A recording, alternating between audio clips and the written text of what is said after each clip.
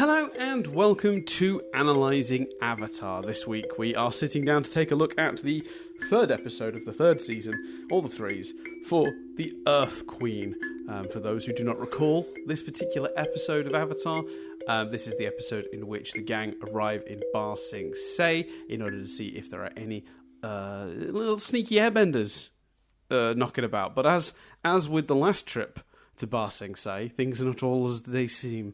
The Queen's up to some shady doings. She's been, it seems, kidnapping all of the airbenders that have been cropping up to start her own, how do they phrase it? Like a airbending regiment. And poor sneaky little Kai, who was off sort of taking advantage of his airbending, got caught by the Dai Li, who are still knocking about, and put in prison with them. Other than that, the sort of B story involved Mako and Bolin coming across their extended family, as Bolin theorised they might, in admittedly a very convenient way, but I didn't mind. That was fine. It was delightful. So that's the rough what happened. How do you feel about it, Chris? What are you thinking? Where are you at?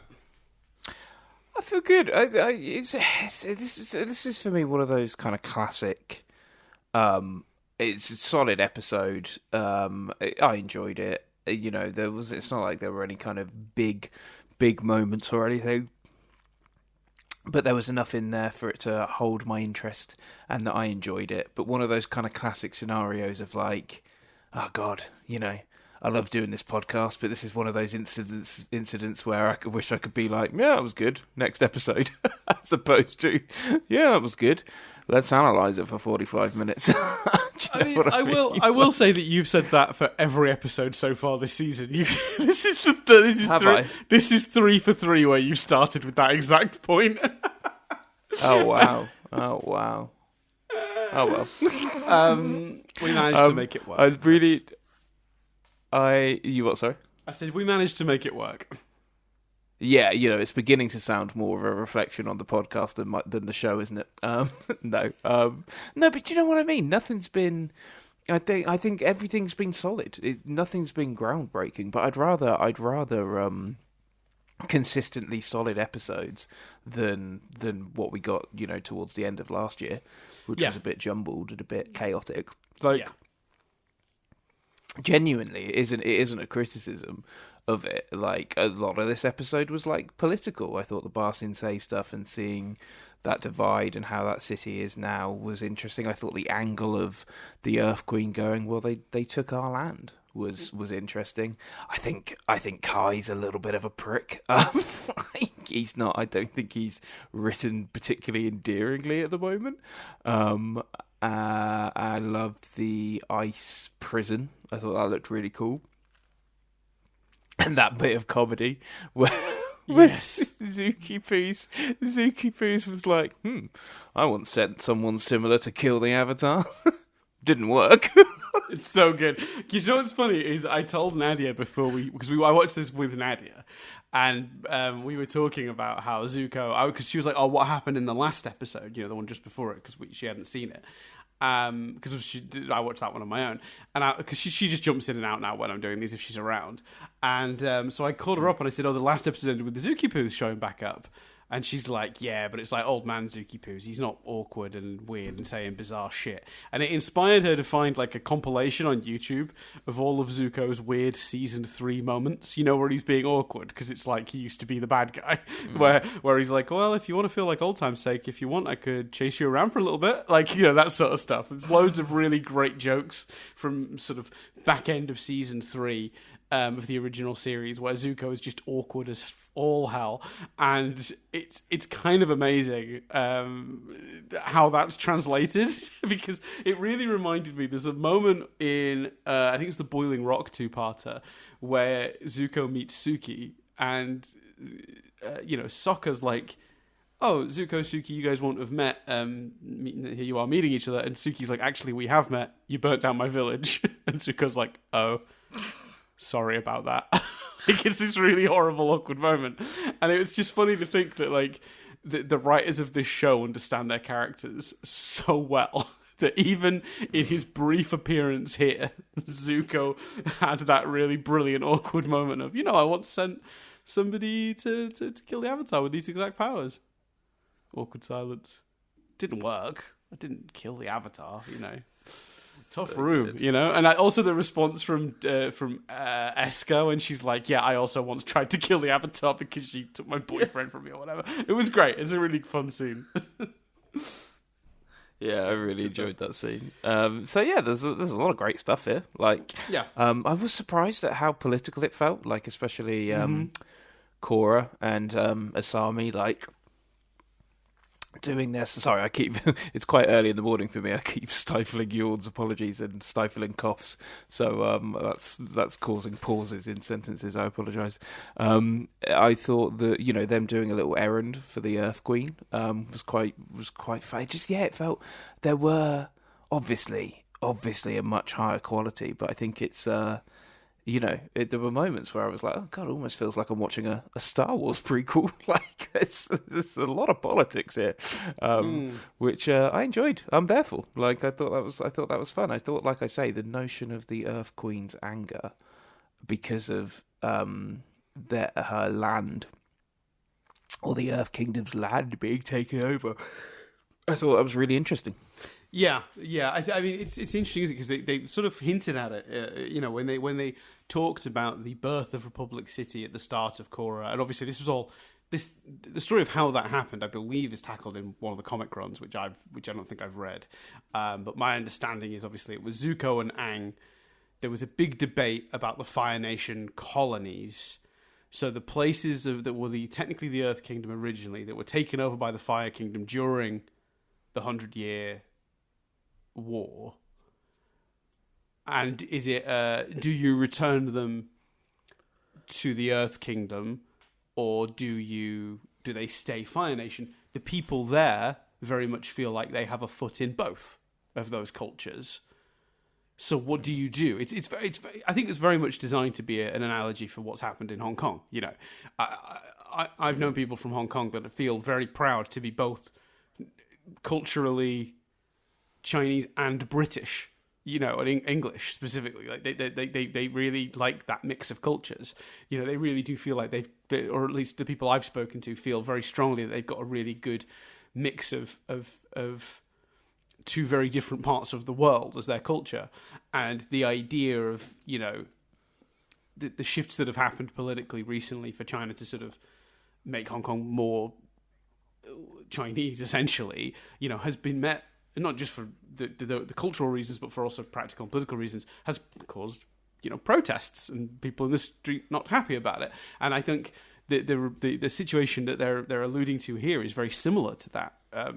And as well also with adding, always dangerous when we talk about politics on here. If I've misunderstood anything about the geopolitics of Hong Kong, please feel free to tell me down below. But I'm pretty sure, from my conversations with people and my own understanding of it, that is the situation. So I feel like this Republic, this sort of situation that happened where the solution that Aang and Zuko envisioned was a sort of neutral place that could have a mixture of all of the different cultures, and that people could continue to live not necessarily under Fire Nation or Earth Kingdom. But of course, Earth Kingdom would feel not happy about that, the same way that, the same way that China have made changes in Hong Kong since it was sort of returned to their control in an effort to sort of make it line up with the politics and ideology of mainland China. So it's like, it's a really, really interesting situation in the world of Avatar, but it really does have it is rooted, I think, very specifically in a real world scenario. So the Earth Queen having that feelings about it, it's really, really, really good. The only thing I would say is that they don't then do anything with that other than have Korra be like, yeah, I'm not really here to talk about that, which is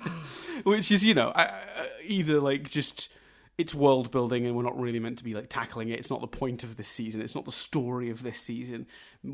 Park that. It's there. It's world building.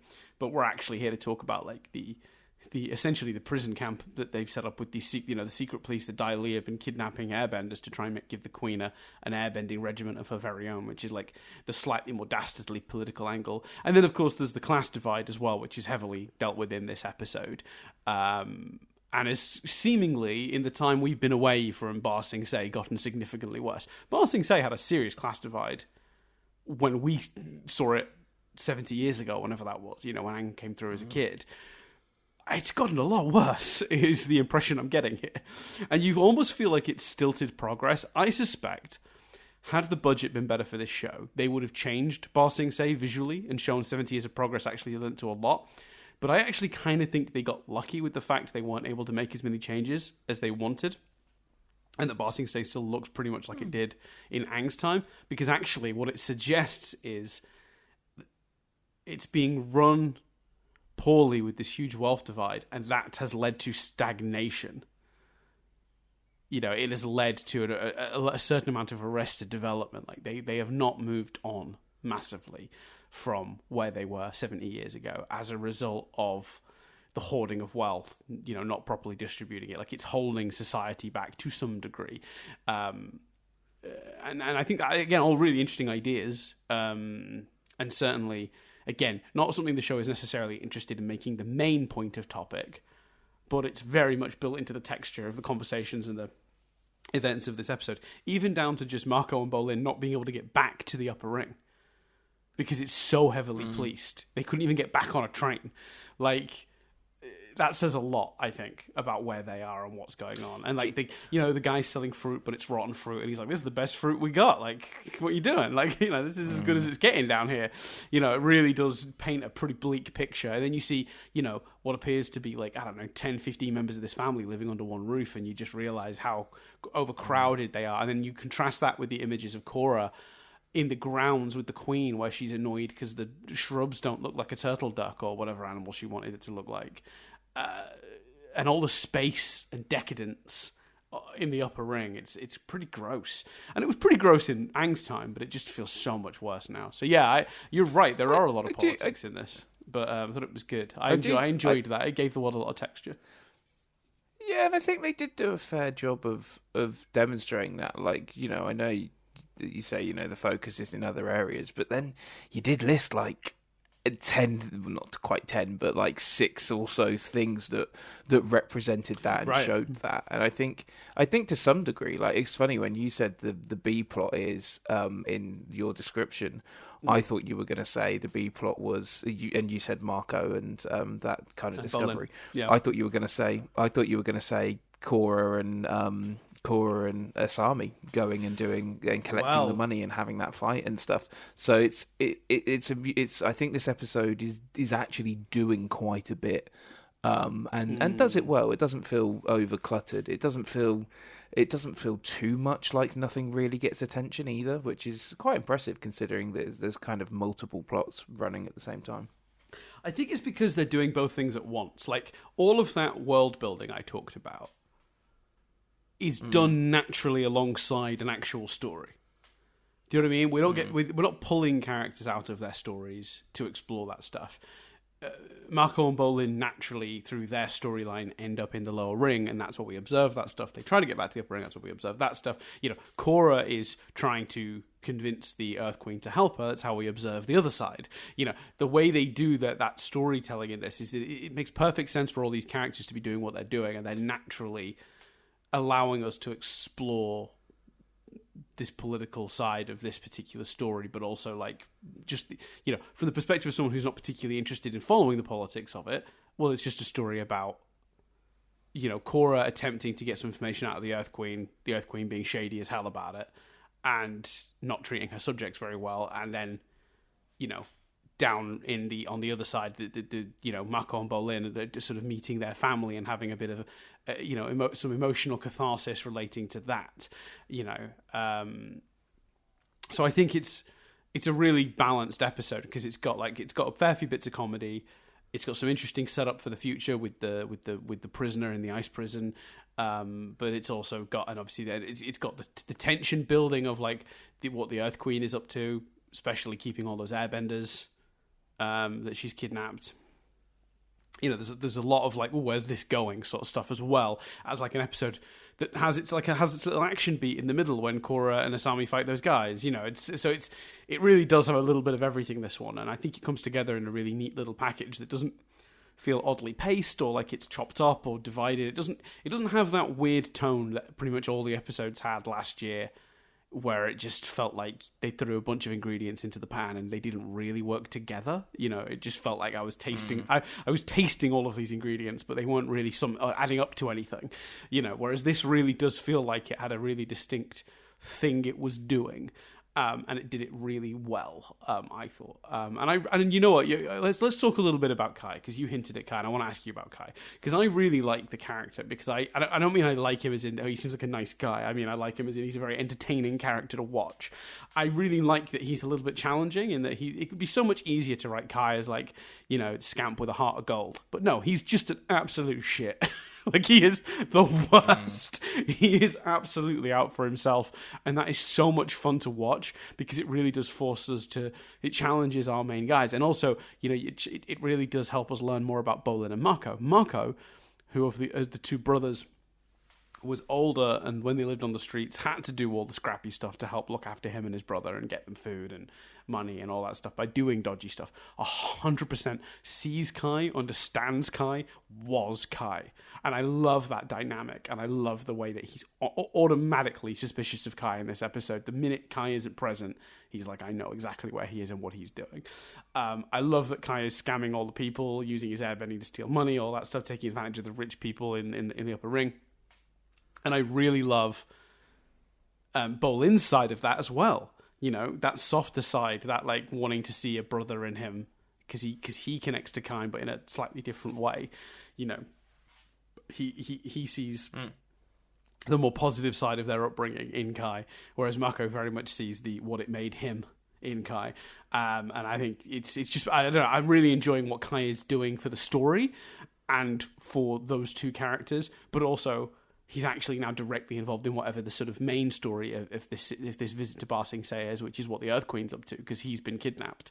So it's all really thoroughly threaded together in a way that feels very natural. So yeah, I wanted to ask you about Kai, because I know you said he's a little shit, but I mean, do you appreciate what they're doing with him and what his presence in the story is achieving? Yeah, I think the fact that I call him a little shit is evidence that that's working. Do you know what I mean? That's effective, because I am feeling that frustration from by the character. Yeah. It's irritating to to see Mako and Bolin, like, one of them constantly being almost proved wrong, but still relentless in their faith, and the other sort of being spot on the money, but being the only one that can see it. And just him lording it up in the bed, like just wasting their hard-earned. I think it's also because you can. Have you gone for a swim? What's happening there? Sorry, I didn't realize that would be so loud. There was a paper bag that was like in my way, sort of blocking my access to my drink, and I moved it. And as I moved it, I folded it and put it away. And I've realised now that must have been quite loud. Sorry. That might have only been loud for me. Don't worry about it. I think it's because you see Mako and Bolin, and you see where they come from, and you see them talking about, being on the streets and sleeping rough and all that sort of stuff. Yeah. And then you just cut to the kids spending all their money. And you're like, oh, because obviously he nicked their money as well. I don't know, he nicked other people's money or whatever. Yeah. But it's just like, oh. But then equally, when he's captured at the end, you are like, oh shit. Yeah, because at the end of the day, he's just a kid. Like, and Mako was him and turned out like a reasonable, decent human being. You just, this is a kid that's just getting what he can while he can. The world has screwed him over so much. He's been alone so much. Like, he's just taking what he can get, right?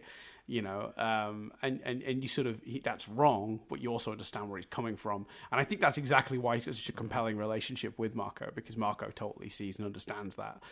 Mako's not even judging him morally. Mako's just like, no, I just know this behavior. I understand where this kid is coming from and what he's going to do.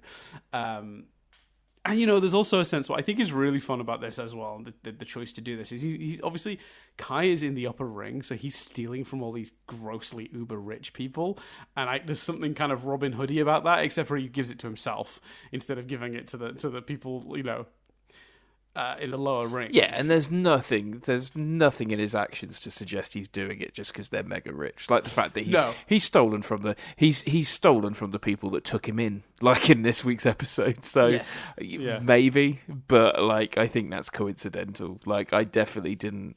I see where you're coming from, but I didn't watch it going, oh, I let him off because he's robbing from the rich. Because, no. Like I say, he's also robbing from two people that have let him in.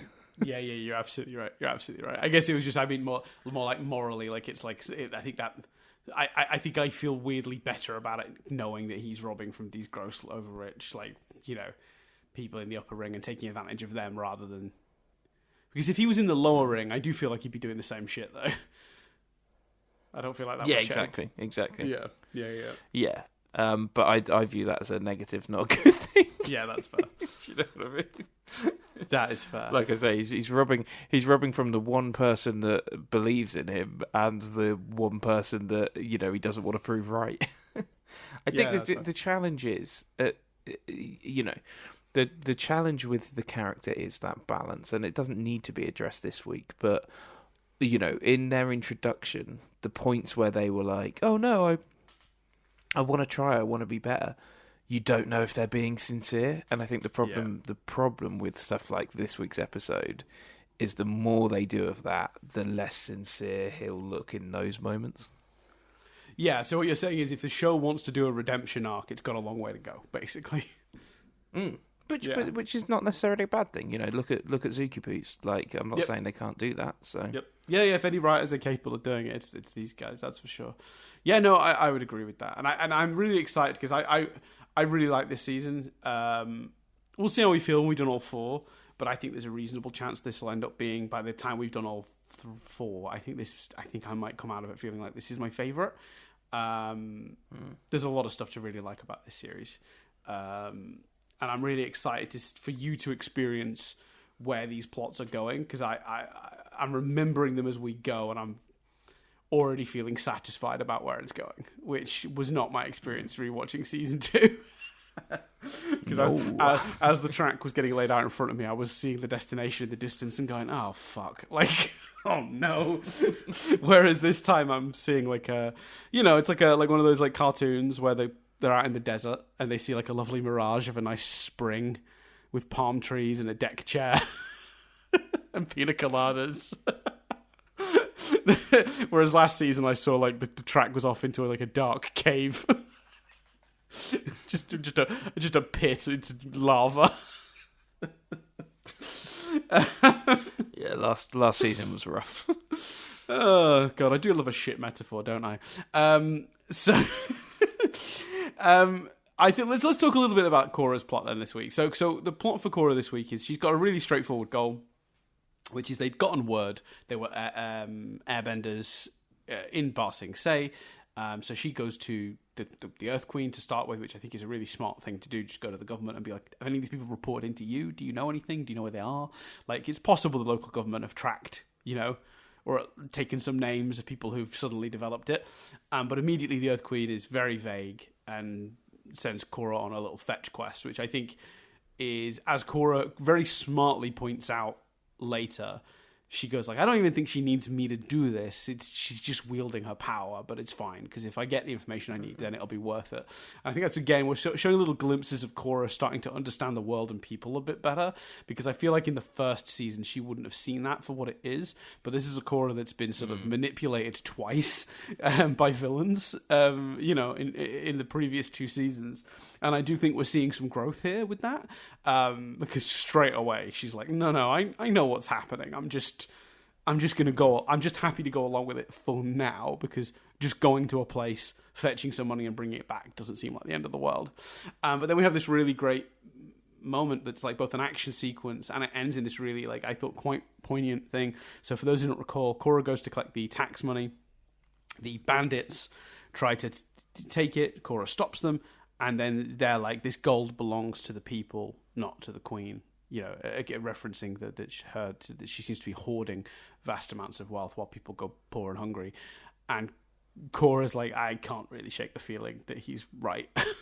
And then when Korra returns to the Earth Queen, we discover that the Earth Queen's proper, like, nothing has changed in Ba Sing Se. It's still subterfuge, it's still lies, it's still deception, it's still, although, previously the king was out of the loop back in Aang's day, whereas now the queen is actually propagating the paranoia, the secrets. She's like, no, Airbender's here in Ba Sing Se, when then we find out very clearly that and again, another moment where the stories coalesce. We then cut to the family meal with Mako and co, and they're sort of talking about they're talking about people who've been going missing after they've revealed their airbending. So yeah, I thought it was a really good plot. I think I like what it tells us about Korra. I'm intrigued as to where it's going. I like the idea that a queen who's hoarding wealth would also hoard resources in the sense of people she could use in battle. Like the idea of having I could have an airbending regiment, that will give us an edge. Is she thinking about taking back some of these sort of New Republic, whatever they're calling it, cities, at some point down the line? Is that why she's building forces?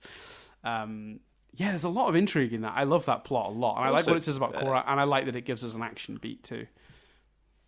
And also it's a political notion, but the notion of like, she's using the poor to fight her battles. She, this regiment appears to be being built mainly from kidnapping people that are already on the streets and living rough. And, it would be interesting whether we explore things like her offering them a better life but not meaning it and stuff like that. Yeah, which is weird. I thought about that, but then they seem to just be in like a Lake Laogai style underground prison. So yeah. I guess they're just literally forcing them into it, because why give them anything? But yeah, I mean, statistically, it seems, at least from what we gained from this episode, that the upper rings are not particularly vastly populated. They seem pretty sparse, whereas the lower rings are very, very heavily populated. Lots of people living under each roof, very crowded streets, overcrowded to a point. And I think the idea would be that if you just rolled the dice for everyone to get airbending, statistically most of the airbenders would be in the outer rings, because that's where most of the people are, if that makes sense. So there probably were a couple of airbenders from the upper ring, maybe one or two, but they've either been smarter or they found it easier to keep it secret. Maybe they didn't immediately go. Maybe they're familiar enough with the Dai Li and the Queen in the upper rings to know to keep that shit secret, basically. Whereas maybe lower down, it's like in the lower rings, it's kind of like, well, you know what, we could use this to our advantage. It'd be cool to be an airbender. I could probably use this to get myself some money or food or whatever. Therefore, revealing it sooner might be, I don't know, because you're right. Everyone that was captured did at least appear to be from lower rings, but I think that's a circumstantial thing, because that's where most of the people seem to be. So yeah, but it's a great point. Yeah, that's fair. I think that's a really good plot. I think it's a really interesting thing to be going forward with. I don't have any. I suspect you don't have any ideas about where that might be going. But obviously, rescue Kai be the goal, I guess. Yeah, rescue Kai, get Marco and Bolin back to sort of to reveal that, and yeah, potentially be using the army to, like you say, try and take back the land. We haven't really talked Marco and Bolin, actually. Yes, that was my next plot. That was my next thing. I was going to ask you about that. How did you feel about that plot? Yeah, I really enjoyed it. I thought it was really sweet and endearing. I thought the scarf moment was lovely. I thought very tragic. They finally get reunited, but from the grandmother's perspective, finally reunited with her long lost grandchildren. But the discovery that her daughter-in-law and son had unfortunately passed. And I thought the way they played that scene with the three of them hugging at the end and him giving her the scarf and stuff was really, really nicely done. I thought it was, very sweet. I think it's interesting because it's interesting to see where that goes. Like, I would have given the setup in last week's episode, like they almost seem to resolve. Do you know what I mean? They get their answers. They almost seem to resolve it quite quickly. But yeah, I thought it was handled very well. Well, it's an interesting thought that, because I wondered about that, because they seem to get a lot of like emotional closure, didn't they? But I guess if they're off on their journey with Korra, wherever that leads next, it will be much harder to have that moment and those moments alongside. Quick, we need to get to the upper ring to warn Korra that the airbenders are being kidnapped. You know what I mean? So actually, getting that moment out of the way now, when we have the time to actually do it and do it properly, which this episode really did. I thought they really dedicated the right amount of time to it. I thought the dialogue was really well done. I thought, animation-wise, it was really sweetly done. And actually meeting the family was really fun too. And even how they met them, which is, by the way, I know the one criticism that could be thrown at this episode is how convenient it is that they're in the lower ring for all of 2 seconds and they bump into family. I get it. I do. I understand. But you know what? We got to keep things moving, and that's about as smooth a way as you're going to do it. Yes, Yeah, also it's a real coincidence, but that's fine. That's okay. Yeah, but they also then establish that there's hundreds of those fuckers, so I think it's fine. Yeah, they do seem like quite. Yes, yeah. There's quite a large family. Like it's their cousins, but like under that roof, having that family meal, there's like 20 of them in there. There's quite a lot of them. So yeah, you're right. There's that as well. But I just think like sometimes there's coincidences that feel really forced, and it can really like not be good. And sometimes you just find this line where you go, I know practically that is unlikely, but it felt organic enough that I bought it. It's about maintaining. And I know I've been using this word a lot recently, and I apologize. The verisimilitude of it, like, does it feel real in of itself, within itself? Does it feel realistic to the thing that I'm already watching? Like, did it break my reality at all? No. It was only afterwards that I went, God, that is unlikely. But at no point during the episode did it feel so convenient that it broke my brain. I went, oh, that's just impossible. Come on, even you could even argue how they ended up down there was a bit forced, but I didn't feel it. You can argue that Kai leaving them on the train and then ditching them, but I think that felt like a really natural plan for Kai to do. Like, made sense for Kai to trick them that way and get them off his back by getting on a train, waiting to the last second, and jumping off. Honestly, I didn't personally find any of it an issue. No, no. I thought it was fine. Yeah, and again, my logical brain knows that will be a criticism that has been levied against this episode, but it just wasn't enough of a problem for me. It just wasn't. It just didn't cross that invisible line that's really hard to define in words, where something becomes less believable. Just never stepped over it for me. Yeah, me neither. I really loved, actually, they did a few other bits of world building with the family that I thought were really nice as well, like the grandmother, the matriarch of the family, being like, don't talk ill of the Earth Queen, and like, oh, long may she reign, that sort of weird nationalism that's just for okay, so full disclosure, for those of you who haven't figured this out, Chris and I are from England. England, until quite recently, had a queen. Now we have some sausage-fingered gentlemen that's quote unquote ruling over things. I'm not a royalist. You may have gathered from my tone, but I grew up in a country and in a particular working class part of the country where the reverence for the Queen was shocking. And continues to be shocking. The reverence for the royal family, for some reason, the absolute poorest among our country. I grew up on a council estate in Manchester, and they fucking love the royal family. They're so proud to be British and so proud to have a queen. So that rang so true to me. Particularly, I think that's even truer of an older generation as well. So, like, my grandparents. So having the gran of this family, the matriarch of this family, feel that way about the Queen, while the younger boys are being a little bit, facetious about her, I thought was fucking chef's kiss.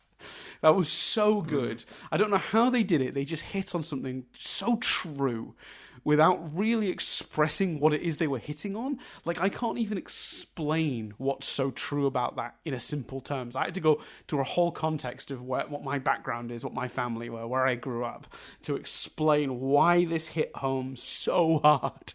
But, like, like always, they're very good in this show, I think, at bringing just little flutters of real world cultural stuff into the world of Avatar, and making it reflect in a way that just feels very true. And that really struck me on this rewatch, that moment. Yeah, I thought it was really effective. And don't they have one of the younger people argue, sort of say, "Oh, she's not the queen," or am I remembering that wrong? I watched the episode last night. They not might denying, have. Someone not might denying say, she's the queen. But... Yeah, there might have been some sort of like criticism of the queen baked into it. I'll pull up the transcript. Yeah, I'll pull up the transcript. Bear with me. But yeah, I think I mean, I don't know. You're from a slightly different background than me. You're part of England. Did that ring as true to you as it did to me? Oh yeah, definitely. Like, yeah, I think that's definitely in there. I think it's, we've had, and this isn't, our views on this aren't necessarily reviewing the episode, but we've had that. Like, I've never particularly, we cut things. We were actually, I believe it was cut, or at least actually there was definitely one discussion about the Queen that I can't remember if it was the moment we discovered she'd passed, on a podcast, like recording a podcast, and I can't remember whether we cut that or not. No, I think we did. And it was so weird because I'd been really... It was weird, the Queen's passing, because for everyone else, it like built over the entire day, and there were people that were literally watching the news for like 8-9 hours that day, like glued to the television, watching what was going to happen. I'd been so busy at work that day, and I was working from home that day, and had gone straight from work to podcast, that I just wasn't aware of like all of the build up. So when Dan's like, "Oh, the Queen's died," I was like, "Oh," like, and it was sort of, well, we then sort of moved on, but it didn't feel very honoring, and we basically we've literally had that. It's kind of like my feelings on her aren't as defined as Dan's, but I found it hard to, and I think we cut a discussion where like we did. I was defending stuff, not necessarily even because I felt particularly forthright in defending it, just that I felt like, I felt that the other view should be represented, which was really weird, and is that sort of I think ingrained sense of the royal family that Dan spoke about. Like, I think we literally had an example of that, and it was just truly a boring discussion, and I think that's why we cut it. It went on a bit too long. I think I'll be honest, I can give some context for that. So basically, it was the middle of an episode of either this or Rewind Reviews, and what we realized was, so we the news broke. My phone dinged the minute it was announced, because that's the way these things tend to work. You've got your alerts set up. I didn't have an alert for Queen dead, but I had BBC News alerts on, and obviously that's quite a big one. So my phone like lit up like a fucking Christmas tree mid podcast, and I glance at the headline and I say it out loud, and then immediately regret it, because what then happens is we've addressed it on a podcast. We now have to then briefly, at least, talk about it. So then I say, I think it's sad that a human being has died, but personally I didn't have any feelings for the royal family, not a royalist at all. Then you gave the opposite opinion, and then what we quickly realised as we were wrapping that up was, this podcast doesn't go out for 10 weeks. The Queen, because it was either Analysing Avatar or Rewind Reviews, and we were like, by the time this goes out, no one is going to care, and it wasn't a particularly interesting conversation. So we very rarely make cuts on these podcasts, because I made a sort of like a little deal with myself early on in the days of this thing that shame-based edits really shouldn't happen. Like, if I was willing to say it on a podcast, I should go out there. Like, I shouldn't be, you know what I mean? I shouldn't be coy about that. And I've always tried to keep to that. But what I have always done is obviously quality-based edits. If I think a conversation isn't interesting, isn't funny, is really... And I know you're probably all listening to this going, yeah, right, Dan, we've heard some of the shit you've left in. Obviously, we leave in a huge amount of stuff, tangents and all, warts and all, for a lot of this stuff. But if there's something really, really just so out of place, not entertaining, not interesting, not funny. If it ticks all those boxes, then it does go. I know it's hard for you guys to believe I take anything out of these things because they're often such a stream of consciousness, but that is one of those rare occasions that happened. And yeah, we cut that conversation. I remember doing it. I remember having a conversation about it. And I think the primary reason really was that 10-a-week thing. I feel like if it was going up the next day, we'd have just left it in as like, well, it's relevant. We've sort of time capsule of the podcast in the moment it happened. But yeah, it was irrelevant. It was totally irrelevant in the end. Yeah. How do we feel about the getting back to analysing Avatar? Getting back to Korra. How did we feel about the use of the Dai Li agents still? Like the idea that they're still around working for the Queen? Oh, I love that. I was like, they're the agents. I was, it was proper movie pitch moment. I'm like, they're the agents from Avatar. Yeah. I was more like Leo from Once Upon a Time in Hollywood, like putting my beer down and pointing at the screen, like, that's them. That's the guys. No, I got no problem with that. It makes sense, like especially given that the Earth Queen's on the shadier side of things, which again also makes sense. Slightly underground back in the day, slightly, a quite a radical political movement that over time has slowly risen to the surface. You know what I mean? That tracks. Yeah, well, they for a little while they were being sort of ruled by Azula, weren't they? There was a point in time when Azula convinced them that she was a stronger force to follow than the original Earth Kingdom leader, whose name I always forget, the guy that ran the Dai Li, and she overthrowed him as the leader of the Dai Li, and they followed her until she went insane. And I guess at that point they just reverted back to the Earth Kingdom and slowly reformed over time, I guess, because it has been 60, 70 years. They wouldn't have reformed under the Earth King, because as we discovered in the original show, I mean, he was just quite happy to go on his travels with his bear, which I did also think was a nice little nod early on to that the Earth Queen is really the other side of a coin to the Earth King, because the Earth King obviously loved his bear, was very fond of the animals, and the first thing we learn about the Earth Queen before we even meet her is get these animals out of here. She hates animals. And I was like, that's a really great shorthand to just tell the audience, like the quickest way possible, that she is the opposite of the actual delightful sort of cuddly Earth King that we had. And it works regardless of whether you remember that context, because I'll be honest with you, I didn't remember that the Earth King was a big fan of bears, so that it represented that character. So yeah, it's one of those nice references that works if you know, but also still works if you don't. So right. Yeah. Well, I forget what the bear was called, but because the bear was the source of one of my all-time favorite Avatar jokes. When someone's like, "Oh, it's the king and his bear," and they're like, "Oh, what, a platypus bear?" No. It's seal bear? Like lion bear? They're like, no, I think it's just a bear. And they're like, weird. Which is just a great joke. One of my all-time favorite Avatar jokes. I do remember that now. You said it. Yeah, it's such a classic. The Earth Kingdom's weird, man. They have a bear, just a bear on its own. So not a wolf bear. You sure? Very good. Yeah. So it was interesting to come back to Ba Sing Se. I think they've done a really good job of bringing it back to life. It feels like Ba Sing Se. It feels like it's had enough progression to be interesting and not just a copy of what it was.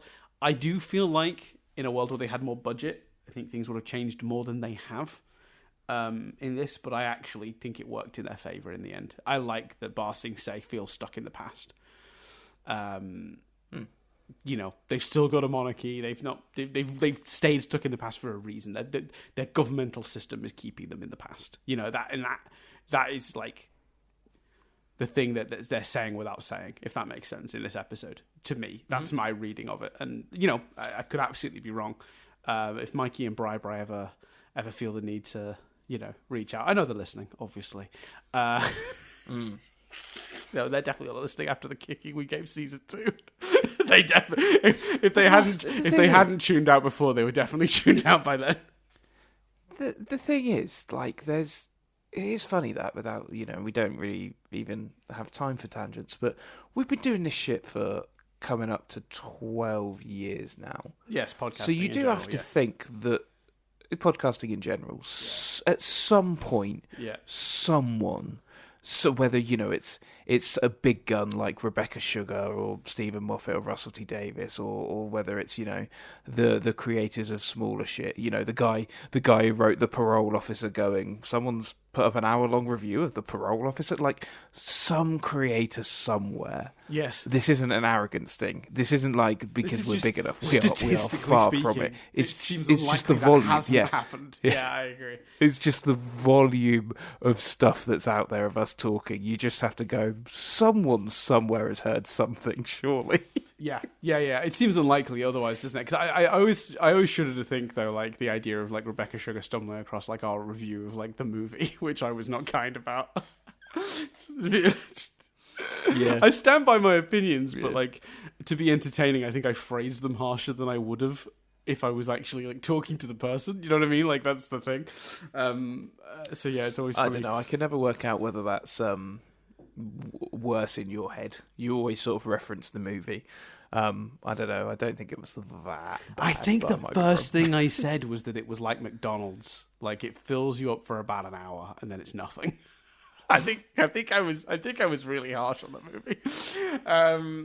Fair enough.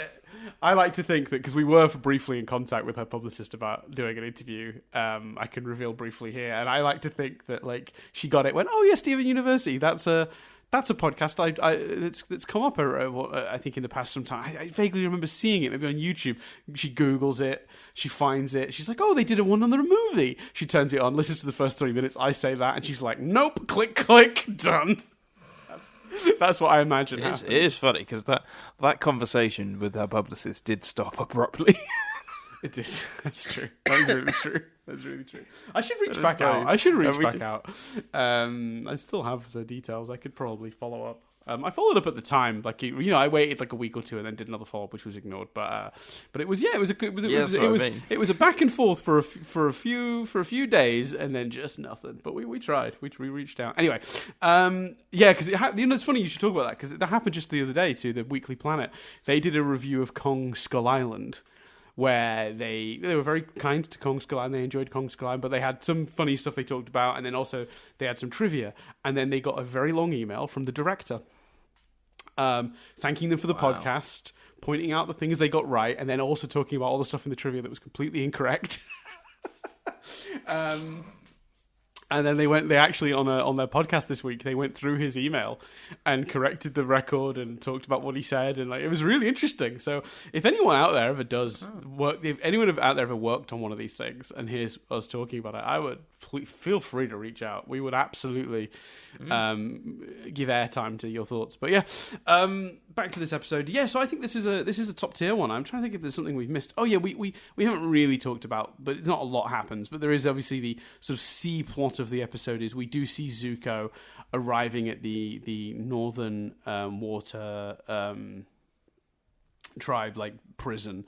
We meet Esker and Desna again for the first time since they're obviously ruling there now since their dad got, I don't know, Vartu'd. I don't know how to describe what happened to him.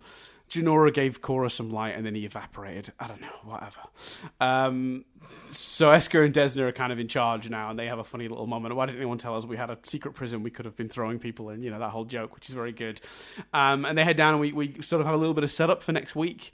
I assume next week. You have to assume next week, right? Then I'm just going to ignore that for a week. Where the final member of what's-his-face's party, Zahir's sort of little gang, who last week was referenced as his girlfriend, although I couldn't tell if when I first saw it, I couldn't tell if that was like a derisive, we're going to go fetch your girlfriend, or if that's literally a romantic relationship. But obviously I now know what it is, but when I first watched it, I didn't. So yeah, I thought it was a good little setup. This nice little tease, perfectly placed. It wasn't like too long or too involved. It didn't take too much away from this episode, but it gave me enough to be a little bit excited about for next week. I assume you felt similarly. Yes, yeah, for sure. And like I said earlier, I thought the design of that prison looked really cool. Really good stuff. Yeah, I think a lot of the episode's budget probably went to designing that. It's so sad that this is such a regular conversation we're having to have about this show now. I think it's sometime in this season. I I think it's sometime in this season they stop airing it on television and start throwing it on the internet. Oh, okay. So we might see some real budget implications then. Because so far, I don't think that, you know what I mean. I haven't noticed anything so far. We talked about it in the Triv though, but I think both the other episodes. I can't remember exactly, but I feel like it's come up a few times now in the Triv where it's like they wanted to do this. But they wanted to do this, but it got cut because of budget. I mean that was happening at the end of last season. There was a fight scene. Yeah, but I remember there was an action scene. We went, oh, wouldn't it have been great if they'd done something more interesting like this? And then literally the trivia was like. They wanted to do something like this and couldn't, so it does keep coming up. Yeah, but I think, but nothing that I think would hinder your enjoyment. Nothing that would have hindered personally my enjoyment if I was just watching the show. You know what I mean? Right? Yeah. If you're watching it casually, not analysing it for an hour after every episode. Yeah, no, 100%. Yeah, 100%. But then again, if I was just watching casually, I might not have made it to series 3 because series 2 was so disappointing. Yeah. I enjoyed very quickly, I'll just go through a couple of other quick notes, if that's okay. I really enjoyed the family had been following Mako and Bolin, like when they were in Pro Bending, but also the Nuk Tuk movers. That was really fun.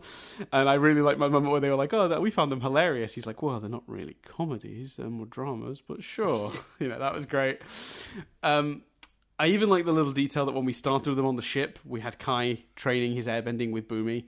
I like when Avatar does this, just implies that between the episodes we're getting training, so that if at the end of the season, Boomy's doing some reasonably good airbending, I'm not going to be questioning how and why, Same with Kai. It's clear they're working on it in the background. I would obviously like to see them doing more of it. But yeah, I think that's still pretty cool. My line of the episode, my favourite line from the episode I wrote down was, the bad news is we're stuck here. The good news is you can go to the toilet any way you want. which really fucking tickled me. I enjoyed that.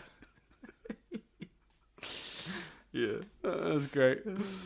I think is that all my notes? I think we've covered everything else. Yeah, everything else in my notes we've covered. So do you think it's time to maybe do some trivia, Chris?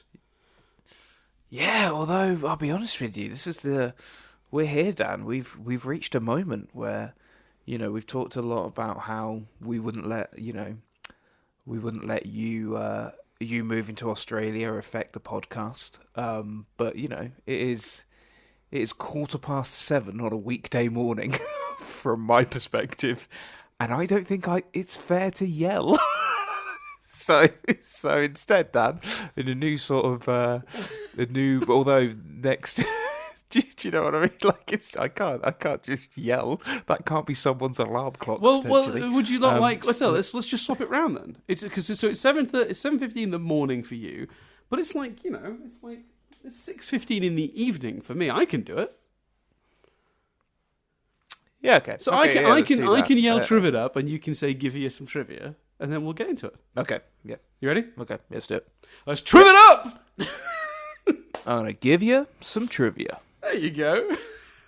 My neighbours won't be happy, but that's okay. Of us did. I'm in an Airbnb that I leave in 2 days, so I don't think they... Yeah, also, I don't think either of us did each other's bits as well, but there we go. No, but you know what, Chris? Practice. We'll do it every time we have it. Yeah. You're early in the morning and can't do it. We'll swap it round, and I'll get better at it. I promise. I tell you what, though, I actually don't feel too bad if I've disturbed the people here at 6 in the afternoon, because some fuckers were doing furniture moving at gone midnight last night, and making an absolute shit ton of noise. So actually, they can fuck off. I think 6 in the morning's fine. I think because you're. I know this doesn't make sense, but because you're an hour behind. I know you're not an hour behind, but in terms of like. Do you know what I mean? Yeah. For me, it's 6:15. For you, it's 5:15. But yours is AM and mine is PM. Yeah, exactly. So like, you're even tomorrow's recording, which is at 8:30 UK time, by the time we get to Trivet Up, it's probably around 9:15. Even that is for me. Even that is potentially then too late. But you're still at a point where it's like actually 8:30 in the morning isn't as bad for you to yell. Than do you know what I mean? It's interesting. Well, it also depends where we are. We'll see how we feel. Because I'm still here at that point, and this place has got thin walls and stuff. But again, they were moving furniture at gone midnight last night, so I have no qualms with upsetting the people. Yeah, and if need be, I can do sort of a jazzy number, let's triv it up, something like that. We'll figure it out. We'll figure it out. It's fine. Right, let's do some triv. I still have the ongoing mystery of this place. Of I've never heard the neighbours, and I just don't know whether actually because it's an old house, the soundproofing is quite good, or whether actually just I'm really loud. I'm so conscious. And they're really quiet, and they never hear you. You never hear them, but they always hear every word you're saying. Yeah. They're sat there going he's doing Analysing Avatar this week. Let's have a think. What is he on? 3rd episode of Korra? Oh, let's see what he thinks. Oh, there we go. He's trived it up. He's nearly done. Don't worry, lads. Yeah, he usually says that about 15, 20 minutes before the end. So, this episode, Chris, now we're triving it up, was first reported by IGN under its early working title of Meet the Family. Which I laughed earlier when we talked about the balance of this episode, and you sort of said you kind of envisioned the B plot being Korra off on her fetch quest for money, and the A plot kind of being Mako and Bolin meeting the family. The original title certainly implies that was maybe how the writers thought of it too. Yeah, although to some degree, to be honest with you, I don't think the story has an A and a B. They're all linked. B plots. Yeah. I think I meant more. It's all just sort of the plot, isn't it? It doesn't really feel like one is bigger or smaller than the other. Yeah, which I guess again is kind of hinted at by the fact that there's two versions of this episode's title. One is the Earth Queen, which focuses on Korra's half of the story, and the other working title was Meet the Family, which obviously focuses on the other side of the story. Sort of implies that they had equal status. One thing that won't have helped this episode's ratings, Chris, is it was leaked online. But by Nickelodeon's own sister site in Mexico, Mundonic. So the original release date for this, its official date was June 27th, but it was released June 8th on the Mexican Nickelodeon site on their digital platform. So the episode was out very early. It's a bit of a shame, really. That's like 3 weeks early. That sucks. So that won't have helped. Ratings and stuff. The hotel in which Kai stays looks very similar to the room Team Avatar stayed in when they were in the capital. What we'll discover a bit further down is quite a few designs from their original stint in Ba Sing Se were reused to save money for this episode. So we'll come to that in a minute. The shot of people getting water at Central Point looks similar to the place where Katara and Jet met in Lake Laogai, that episode. Yin and her family live in the same building in which Zuko and Iroh resided during the later part. I was drinking. Sorry, what's going on? I was drinking some water, so I didn't get to say it quick enough. #Justice for Jet. #Justice for Jet. Yeah. So yeah, Yin and her family live in the same building in which Zuko and Iroh resided during the latter part of Book 2. The Last Airbender... Oh, sorry, about Book 2, The Last Airbender. This was not deliberate, however. The crew simply found it easier and cheaper to reuse existing designs. So that is a complete coincidence. This also means that the interior space of Team Avatar's quarters was based on a pre-existing design, that being the house of Zinfu and Master Yu combined, basically. It's the way they stayed during the events of the Earth King. In the initial draft of this episode's script, while fighting the barbarians...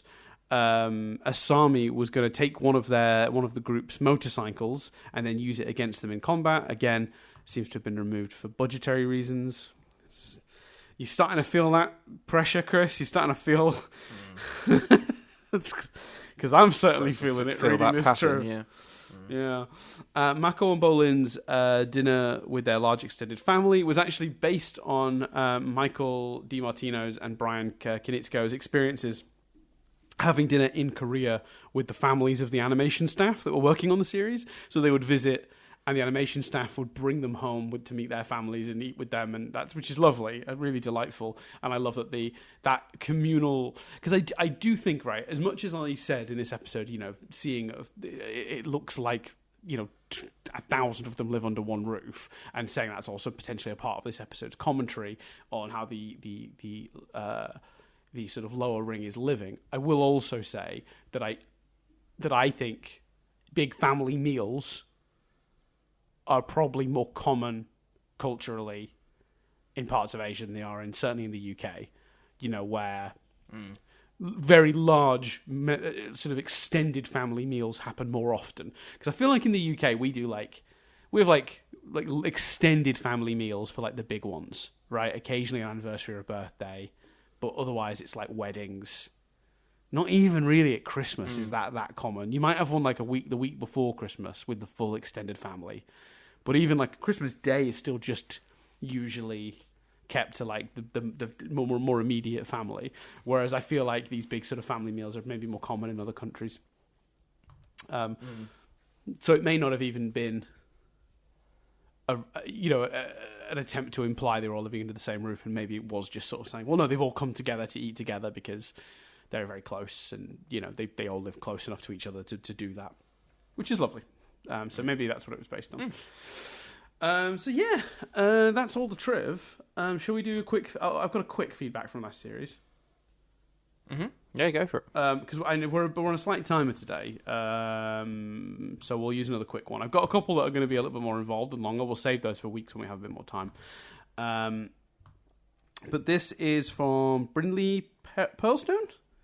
Brindley Pearlstone, who put on, I believe, our YouTube... in relation to us asking people to just tell us what they have for breakfast. I don't know if you recall us doing that. Yeah. Because we sort of said, like, it doesn't matter what you comment, it helps us, it supports the show. Just tell us what you have for breakfast. And people have been doing that in droves, and I've been enjoying it. But this one says, I don't eat... Fantastic. Yeah. I don't eat breakfast. I guess I have leftover bangers and mash at lunch as my breakfast then.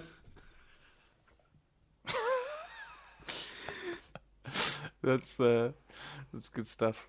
So this person doesn't eat breakfast, but then sort of has their lunch is sort of their breakfast. It's the first meal of their day, and they went for bangers and mash. That's a good lunch. I think leftover bangers and mash is a great lunch. Do you ever do that though, where like you'll do that, like, but because you've not eaten breakfast, you'll eat a little early, and you'll be like, oh shit, am I having a packet of crisps for breakfast? Like, because if I am, that's bangers and mash is a perfectly acceptable breakfast. In fact, arguably, it's not. If the answer was sausages and hash browns, you'd be like, oh, that makes sense. Like, it's just another version of that. Yep. But do you ever do it where like you're eating Pringles at 11:15? Like, this might be a low. Yeah, I did it the other day. We woke up, we had to move really quickly. I can't remember what we were doing. We had plans in the morning, and it was on a timer. Like we had tickets for something. I think we were going to an exhibit in the centre of Melbourne. It was a shit exhibit as well. We paid £30 for like the tickets, and it was awful. I'm not going to name it because it's not fair. Because the artists who put it together are like a collective, and they worked really hard. Like, I'm sure, but it was not good. There was one bit of the exhibit that I thought was worth the price of admission, but nothing else. It was all really bad. Anyway, but we got up really early for it, and I did not have time to eat at all. So I literally ate two, what they call mint slices, which are just like 2 chocolate biscuits with mint. I just rammed them in, left, and then afterwards, when it got to about lunch and we were actually going to eat some real food, I remember turning to Nadia and being like, Was that my breakfast then? I guess it was. I guess 2 chocolate and mint flavoured biscuits were my breakfast. What Dan's not revealing is that he also didn't clean his teeth. He was like, fuck it, there was mint in there. I wish. Well, I don't wish, but that'd be funny. That would be the funnier version of the story. But no, sadly, I did then brush my teeth. I don't know what we got toothpaste here. We didn't bring toothpaste with us because you don't bring toothpaste on a plane, are you? Like, for a flight, because it's like the volumes for the liquids. So we didn't bring toothpaste with us. We bought some here, and it's like normal Colgate style toothpaste. But I don't know if we just bought a funny flavour or if it's all like this in Australia. But let me tell you, mate, the taste lingers for fucking hours. I don't know if we've just bought a particularly odd flavour or a particularly strong one. Or maybe there's something about the water in Australia that's making it linger. I don't know. But I swear to God, like, hours. Like, it feels like hours I can still sort of taste vague mintiness in my mouth, which is great because it means I've got nice fresh breath. But if I want to eat or drink something shortly thereafter, I'm fucked. Wow. Yeah. Dan's observations about Australia. Oh, well, because it could just be you might have just got so used to your. It might be that if you'd have just switched toothpaste in the UK, maybe it would be the same sensation. Yeah, maybe. You know, have you been using the same toothpaste for years, Dan? I feel like we switched it up based on what was cheapest, but I could be wrong. Maybe I wasn't paying too much attention. Yeah, we switch it up. Because I'm very much toothpaste is toothpaste. Do you know what I mean? I don't care. Yeah, we're sort of like, you know, I think I don't even know if we're whatever's cheapest. I'm ashamed to say. I think it's just whatever is closest to the hand as it reaches out in the toothpaste. I should clarify. When I say cheapest, I don't mean like literally like, you know, that sort of like own brand, like lowest of the low. Like we'll go for like a Colgate, but we'll go for whichever Colgate happens to be on offer that week. It was my understanding. So it would the flavour or what it did would change because I think a lot of this, like this one is fast acting, this one is tooth whitening, this one is plaque dissolving. I'm like, shouldn't they all be doing all of these things? I don't know. I don't know. So I've always had a very quite middle ground opinion of just like I think toothpaste is toothpaste. So like yeah. I'd agree with that. So we just got whichever one was on offer that week. Oh, this week it's the one that's going to whiten my teeth more. Cool. We've drifted though. I think bangers and mash is a great breakfast. I agree. I think bangers and mash is a perfectly acceptable breakfast. Even if you ended up eating it at lunchtime, I think that's fine. I think that's a good breakfast. I'd have that for breakfast quite happily. I wouldn't be crying about that. And even if you'd had breakfast and you were just telling us your lunch, that's a good lunch too. Bangers and mash all the time. I'm always behind a good bit of bangers and mash. The only question I have for someone who's a bangers and mash as leftovers is gravy. Because I like a bit of gravy with my bangers and mash. But I feel like if you haven't as leftovers, you're not whipping up fresh gravy. And you're probably not keeping the gravy from the night before, are you? Maybe. Yeah, if you could comment below. Dan's question is, what's going on with the gravy? Yeah. Mine is, did you deliberately, and bearing in mind that you say you don't have, I think maybe this was deliberate, did you deliberately like cook all the sausages in the packet with the view of, well, I'll just have leftovers tomorrow? Or did you cook what you thought was going to be the sausages you'd eat for dinner and then go, oh, I can't, I'm not hungry enough. You're speculating this is a classic eyes bigger than belly situation. No, my prediction would be it was a conscious, I'll cook all of them and have some for leftovers. Sausages is a hard... If you're cooking to eat sausages, it's kind of a hard number to get wrong, isn't it? Do you know what I mean? No one's ever like, oh yeah, I fancied 3 sausages, but I cooked 5. So I reckon it was a conscious... I think you're right, actually, because I can imagine like, oh, I wanted 4, but I've made 8. I don't know. How did this happen? Exactly. No, I'm with you. You're right. That is kind of a hard thing to get wrong. Whereas like something like pasta, that could be an accident because it's always hard to gauge how much the pasta will grow in the pan, isn't it? Yeah, exactly. Nadia's gotten really good at that. I've noticed over the years. Like when we first lived together, like whenever I make pasta, it's fucking chaos. There's just always too much. I never know how much to do, and I'm scared of underdoing it, so I always overdo it. It's terrible every time. So there's always leftovers. But when Nadia makes them, when we started, she was good at getting it just right. No, she wasn't good at getting it just right. She's like me. She would get it, sometimes a little too much, sometimes a little too little. But like within like 6 months, I feel like she just zoned in and clocked some sort of. She's just got some sort of sixth sense for it now. It's always bang on whenever she makes pasta. Bang on. Like there's always just enough for us to both have a good portion. I don't know how she does it. I never get it right, but I'll be honest with you, I couldn't tell you how much that's actually deliberate. Do you think subconsciously you're just like, make too much? Sometimes I don't think it's subconscious. And sometimes it's make too much, you'll have the leftovers, and then I just eat the whole thing. Yeah. So Yeah. I think leftover pasta bake is particularly good. I'm not a big fan of leftover pasta. Like if I've had just a sort of like a red sauce like pasta dish with like a bit of chicken or something in it, like that reheated is never great. I find because I feel like the sauce loses a lot of its flavor for some reason. But a pasta bake, that's a good leftovers.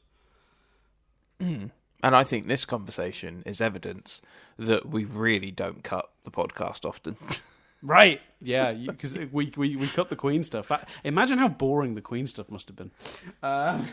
Anyway, there you go. Hope that it doesn't really answer the question because there wasn't a question, but I'm glad that we got to answer Brindley's comment. But I will say, let us know: was it a conscious overcooking of sausages with deliberate intentions of having leftovers, or was it an eyes bigger than belly situation where you thought, I'm really hungry, I'm going to make 6, and then you went, oh, actually, I only really want 3 or 4, so the rest were left over. Let us know. Same with the potatoes. But the big question as well, gravy. What was the situation with gravy? Did you also leave leftover gravy? And how was that reheated? I'm never a big fan of reheating gravy. Did you make fresh the next day? Because that's a good way to bring life to older potatoes and sausages, I think. Just fresh gravy sort of disguise the reheated nature of it. Yeah, let us know. Intrigued. Wish to know. Let us know. Brindley Pearlstown. But yeah, thanks everyone for listening. It's been a good old time. You can get us in all the usual places. Patreon.com/nothingbutstatic if you'd like to support us. That gives you access to episodes of this 1 week ahead of time. So you can hear them. You can hear us talk about the next episode, which is called In Harm's Way right now if you want to go subscribe. If you're already on the Patreon, I am sorry, you're now just up to date. This is just the most recent one for you. You have to wait a week.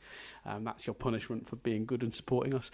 But you do have access as a patron to Nothing But Lyrics, our special bonus podcast that's just exclusively for you delightful patron people, where we talk about various song lyrics and whether they're good or bad, or sometimes we just try to make fun of them or make sense of them. It's a good old time. I enjoy doing it. There's some good episodes of that out. You can, of course, also support us by just heading over to any of our platforms, youtube.com/nothingbutstatic, or finding any of our podcasts on Spotify or iTunes and interacting with them in some way. So whether that's leaving a comment like Brindley did about what you had for breakfast or lunch. We can do lunches now. Let's expand it. If you've already told us what you had for breakfast, get in there. Tell us what you had for lunch. Just tell us about food stuff. That's fun. You feel free to do that. Like, subscribe. Sorry, I got distracted thinking about food. I'm clearly hungry. That's what's happening here. You can do all the interactive things on various platforms. If you review us on iTunes or Spotify, that also helps the algorithm spread the word. You can also just literally spread the word. If you've got a friend who's into Avatar and you think might enjoy this podcast, or they like movies from the 80s and 90s and you think they might enjoy rewind reviews, point them our way. That helps too. Or, of course, the biggest thing you can do to keep supporting us is just to keep listening, which we love. And thank you very much for doing that. And then you can also, if you don't want to, if you're like, support you guys, yuck, I want to support an artist. Well, have I got an artist for you? Instagram.com/Raphodraws, RAPHODRAWS. They're also on Tumblr and Twitter and YouTube and all those places. Launchlinks.io/u/Raphodraws. Rapho is the artist that supplied that brilliant picture of Appa at sunset that we use as the key art for this podcast. It's brilliant. And you can get a lot of their amazing art on stuff. Just things like phone cases and mugs and all sorts. And that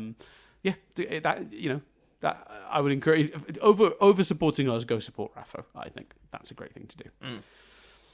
Yeah, get someone who's an Avatar fan some branded merch or something. That'd be good. Yeah, and it's not just Avatar stuff. They do tons of artwork from a multitude of fandoms. There are a handful of really great Avatar pieces, but there's also a bunch of other stuff. So yeah, please feel free.